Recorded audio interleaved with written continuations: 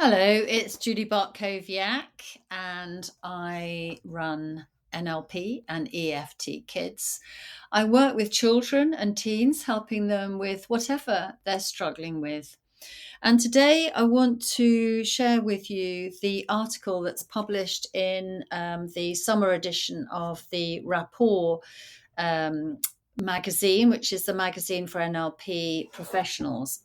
It's called Applying the NLP Beliefs of Excellence to Parenting. So I'm going to read from that. Think about it. Richard Bandler and John Grinder were two young programming students. They compiled their list of beliefs of excellence in the 1960s. That was over 60 years ago. Our lives have changed beyond recognition since then. They have changed in every aspect: what we eat, how we live, how we spend our leisure time, and importantly, how we parent. Yet these beliefs of excellence apply just as much today as they did then. How is this even possible? Let's take this one first. If you always do what you've always done, you'll always get what you've always got. This is about us doing something different. The repetition of the you in the belief statement tells us that the thing that has to change is us.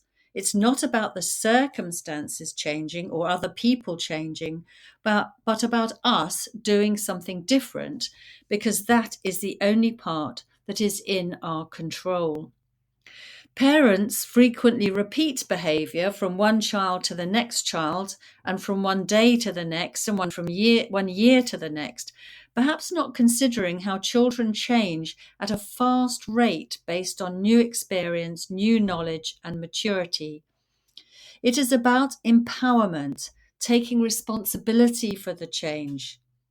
Let me tell you a funny story. I had a client, a very tired mum of a 7-year-old girl, who came to see me because her child came into her room every night and got into bed between her parents, such that her mum ended up trying to sleep on the floor or in her daughter's junior-sized bed with her legs hanging out over the end. She was at the end of her tether, as she said to me, "Every night I tell her, 'Don't come into my room.' But every night she comes into my room. What shall I do?" I said to her, "Well, what do you want her to do?" And she said, "I don't want her to come into my room." I then changed, mismatching by sitting back in my chair, and said in a slower, lower, more hypnotic tone, "And I'm wondering what you do want her to do." As she leant back to match me, she looked at me strangely, clearly thinking, what do I want? It had never occurred to her. Eventually, she tentatively suggested, "Well, I suppose I want her to stay in her room." She looked quite surprised by the thought of this.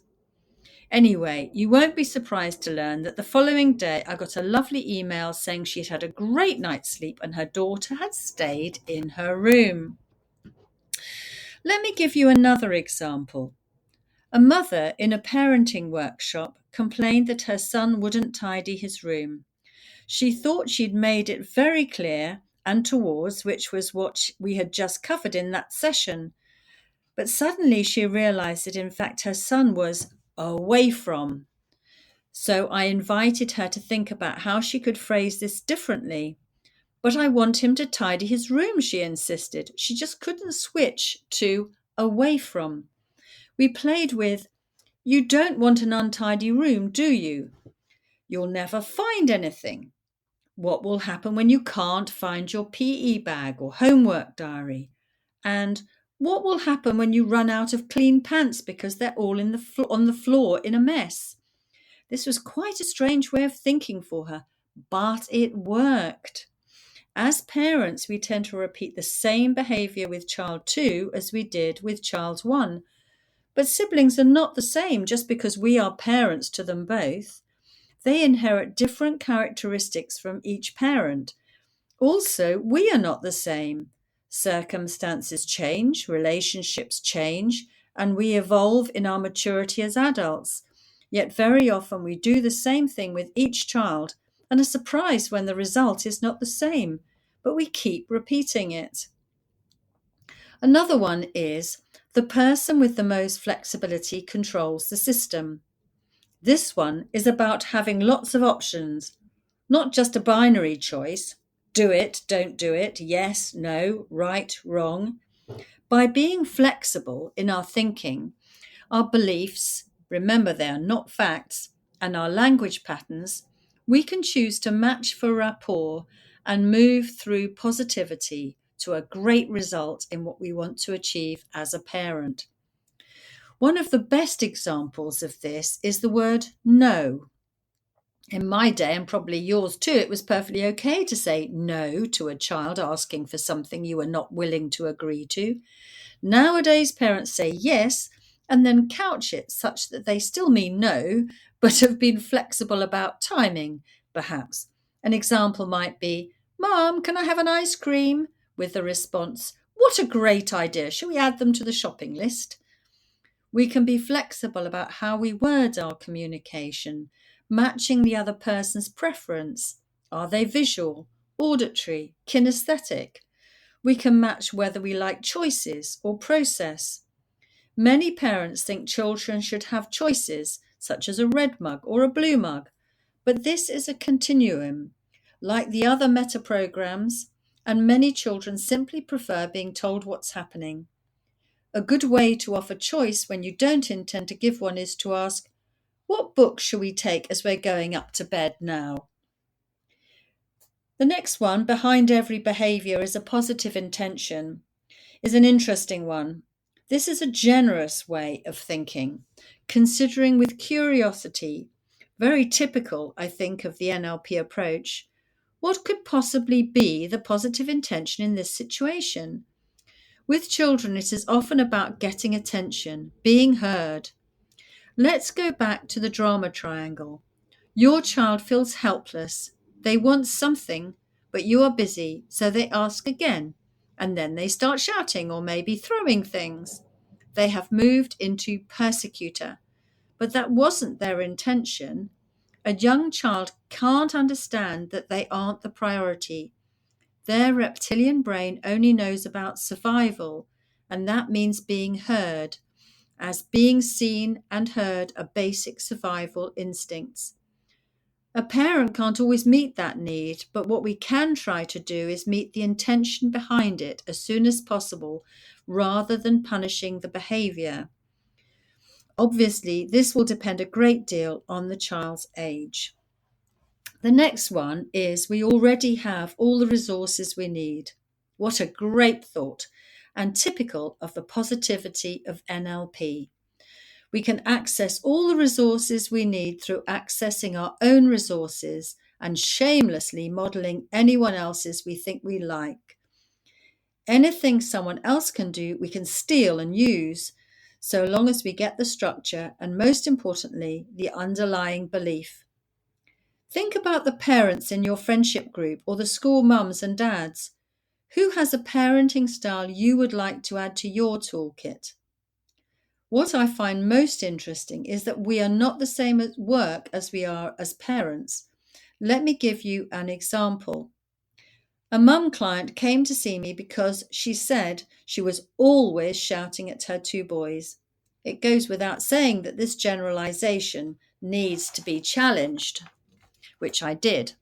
I found out that when her boys were quiet, she paid them no attention at all and just got on with her own jobs. As soon as they made a noise, in she came and shouted at them. I asked her what she would do at work. She was in HR. If she heard two colleagues raising their voices, she said that she would calmly ask, "Everything okay?" We did some role play, and her work voice was completely different from her mum voice. I think we can imagine that. So she had a very useful resource, different voices, and she could choose her work voice at home when needed. Her feedback was that when she did that, her boys looked at her as if she was an alien, but they did stop shouting. Oh yes, her underlying belief, At work it was, I have authority, so they will pay attention and stop. At home, they're just trying to wind me up. The next one is, if you spot it, you've got it. What we notice in others, including our children, we have ourselves in some way. It can be a quality we have that we recognize, or it could be our shadow self, something we do but are not aware of. And we notice it because subconsciously it is familiar. This is useful for us to know as parents. When your child does something you don't like, stop and think, how do I do that? And when I do that, what is the underlying need? A dad came up to me at a local Chamber of Commerce gathering and told me about his teenage son who got uncontrollably angry, threw things in his room, and shouted at him. I asked the dad when he had been like that. Never, he said. But then he paused and added, well, I was absolutely mad when I was overlooked for a promotion when it was a job I was already doing and I was the obvious candidate. I asked him what his belief was in that moment, and he said, I wasn't heard, I wasn't good enough, I wasn't important. Apparently, he gave in his notice because he was so angry. Could that be what your son is feeling? I asked him. And he then told me his son was angry because he wasn't allowed to do the A-levels he wanted. I hope this was then resolved. The next one I want to tell you about is called The Map is Not the Territory. What a great one this is for parents. Of course, the world of your child or teen is not the same as yours, or even the same as yours when you were their age. It is so important to remember that they already have all the resources they need, and one of these is to know their own world. Their world is very, very small. It is basically their bedroom and classroom. So change in either of those areas will have an impact in a way that it wouldn't for us. A supply teacher, a change of classroom, a new routine, these are hard to adjust to for a lot of children. Recognize that this is their world and they are doing the best they can in it. Rather than take over, ask them what they think they can do about it. Then this one, you cannot not communicate. Your child has been connecting to you since before they were born. They have to. At first, it is for survival. You are their world. But even when they may no longer be dependent on you for the basic, it continues because they depend on your unconditional love. They are like little meerkats watching for signs of danger in their universe. When you act differently, do something unexpected, or look tired, ill, or upset, they notice and it worries them. Instead of fobbing them off with platitudes, acknowledge their sensitivity. Don't we all want our kids to have emotional intelligence? You don't need to tell them all the details, but you can reassure them that they are right, but everything will be sorted soon. They also pick up on your fears and phobias, your prejudices and preferences, your habits and mannerisms. You cannot hide them. Many a child I've had brought to me with a fear of dogs, only to find that the parent has that fear, but apparently doesn't show it. Children will pick up on this. Similarly, they notice if you initiate friendships and conversations and how you do that so that they can use those techniques themselves. And the last one I want to tell you about is everyone is doing the best they can given the resources they have. This is another positive belief around focusing on the positive intention. Remember that there is no failure, only feedback, and remind your children of the resources they have that they may not be using. Notice when they've been patient, resilient, confident, or brave, so that they can bank those resources for when they're needed. So that is the beliefs of excellence. If you want to know more, and I hope you do, you'll find that I talk about the beliefs of excellence in all of my books, particularly the ones that I would point you to would be Understanding Children and Teens, which is for parents, coaches, practitioners, teachers. is for both professionals. I'd say it's particularly probably the book that I've written that's most appropriate for professionals, because it's basically a how-to for working with children. And another one would be Empower Your Kids, which is very much more for parents, but still appropriate for professionals. And there's another book, Secrets of Neuro-Linguistic Programming, that is coming out in October 25. And my book, Understanding Children and Teens, is now available as an audio book.